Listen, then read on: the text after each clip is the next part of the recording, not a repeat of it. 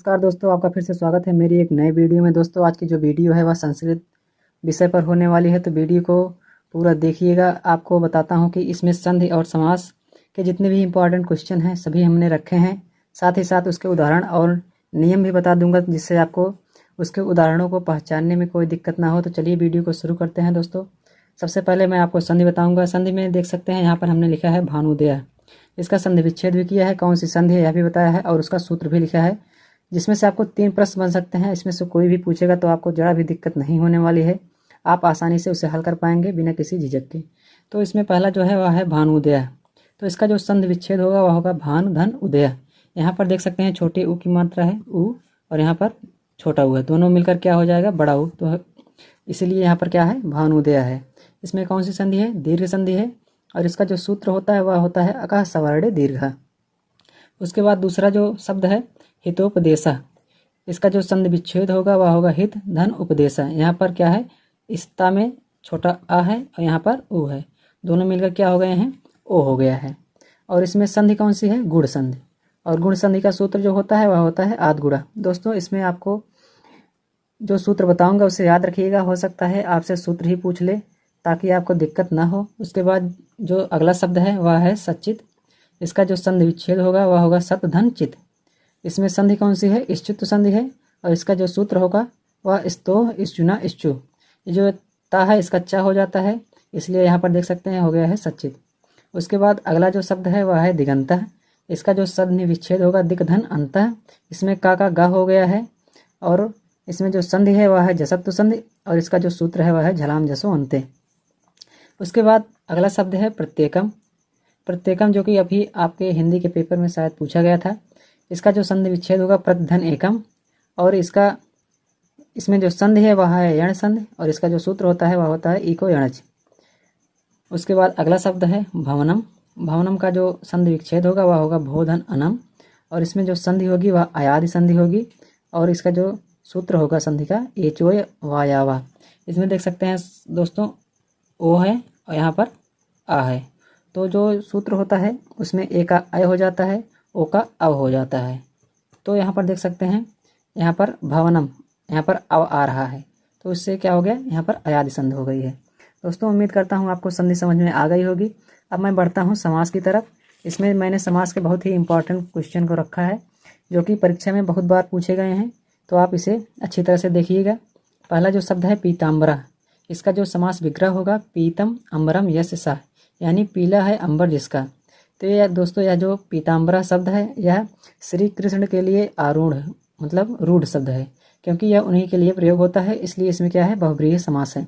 अगर आपके विकल्प में बहुब्रीहि समास न दिया रहे, कर्मधारय दिया रहे, तो आप उसमें कर्मधारय भी लगा सकते हैं, क्योंकि इसमें विशेषण दिया गया है पीतम, यानी पीला जो है वह विशेषण है, तो उससे कर्मधारय समास होगा। उसके बाद अगला जो समास है नीलोत्पलम। इसका जो समास विग्रह होगा नीलम च तत् उत्पलम, यानी नीला है जिसका उत्पल। तो इसमें देख सकते हैं विशेषण है नीला शब्द, इसलिए इसमें कौन सा समास है, कर्मधारय समास है। उसके बाद अगला जो शब्द है पितरव। पितरव में 2 शब्द हैं माता च पिता च। इसका समास विग्रह होगा, क्योंकि पितरों का मतलब होता है माता और पिता, तो इसमें कौन सा समास होगा, द्वंद्व समास होगा। उसके बाद अगला जो शब्द है चंद्रशेखरा।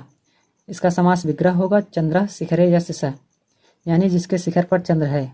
तो किसके शिखर पर चंद्र है, अर्थात भगवान शिव, यानी यह जो चंद्रशेखर है यह भगवान शिव के लिए रूढ़ शब्द है, इसलिए इसमें बहुब्रीहि समास है। उसके बाद अगला शब्द है त्रिभुवनम।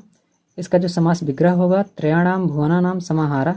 इसमें जो समास होगा वह द्विगु समास होगा, क्योंकि जो संख्यावाचक शब्द होते हैं उसमें द्विगु समास होता है अधिकांशतः। कुछ शब्द ऐसे होते हैं जिसमें और भी समास होते हैं, लेकिन अगर उसमें कोई संख्यावाची शब्द है तो वह द्विगु समास होगा। उसके बाद अगला शब्द है उपकृष्णम। इसका जो समास विग्रह होगा कृष्णस्य समीपम। इसमें समास कौन सा होगा, अव्ययी भाव समास। उसके बाद अंतिम जो हमने शब्द रखा है प्रतिदिनम। इसका समास विग्रह होगा दिनम दिनम प्रति, और इसमें जो समास होगा वह अव्ययी भाव समास होगा। आपको छोटी सी ट्रिक बता देता हूँ, अगर समझ में आ जाए तो अच्छी बात है। अगर दोस्तों शब्द में पहला पद प्रधान होगा तो अव्ययी भाव समास होगा। अगर दूसरा पद प्रधान होगा, जो भी शब्द दिया रहेगा, जैसे पीताम्बरा दिया है, नीलोत्पलम दिया है, पितरव दिया है, इसमें जो शब्द प्रधान होंगे, जैसे अगर पहला पद प्रधान हुआ तो अव्ययी भाव समास, दूसरा पद प्रधान हुआ तो तत्पुरुष समास, अगर अन्य पद प्रधान हुआ तो बहुब्रीहि समास। क्योंकि देख सकते हैं जो पीताम्बरा है उसमें ना तो प्रथम पद प्रधान है ना तो द्वितीय पद प्रधान है, उसमें जो प्रधान पद है वह है श्री कृष्ण। उसके बाद अगर दोनों पद प्रधान हुए तो द्वंद्व, क्योंकि आप देख सकते हैं अभी हमने पितरौ बताया जिसमें उसका समास विग्रह था माता च और पिता च। इसमें देख सकते हैं दोनों पद प्रधान है माता और पिता, इसलिए इसमें कौन सा समास है, द्वंद्व समास है। उसके बाद द्विगु समास के बारे में संख्यावाचक पूर्व पद, यानी जब किसी भी शब्द का पूर्व पद संख्यावाची हो तो उसमें द्विगु समास होता है, जैसे नवरत्न। उसके बाद दोस्तों अगला जो समास है कर्मधारय पूर्व पद विशेषण उत्तर पद विशेष, यानी जिस समास का पूर्व पद विशेषण हो और उत्तर पद विशेष से उसमें कर्मधारय समास होगा। तो उसके बाद हम आपको उच्चारण स्थान के बारे में बताएंगे। उच्चारण स्थान पहला जो हो गया वह कंठ, तो इसका जो सूत्र होता है अकुह विसर्जनीय नाम कंठा।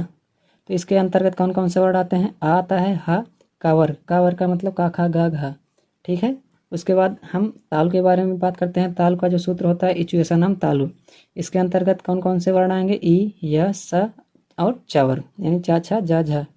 उसके बाद मूर्धा, मूर्धा का जो सूत्र होता है ऋतु रसा नाम मूर्धा। इसके अंतर्गत रि र स और टा वर्ग। उसके बाद दंत है, दंत का जो सूत्र होगा ऋतु लसा नाम दंता। इसके अंतर्गत रि ल स और ता वर्ग, ता था दा धा ना। उसके बाद ओष्ठ है, उपपध्वनि ओष्ठो। इसके अंतर्गत उ प वर्ग, यानी प वर्ग में पा फा ब भा। फिर पंचमाक्षर यानी अंतिम वर्ण होंगे। व का जो उच्चारण स्थान होता है वह दंतोष्ठ होता है। ए और ए का जो उच्चारण स्थान होता है वह कंठतालु होता है। ओ और ओ का उच्चारण स्थान कंठ ओष्ठ होता है। दोस्तों अगर वीडियो पसंद आई हो तो लाइक कीजिएगा, चैनल को सब्सक्राइब जरूर कीजिए।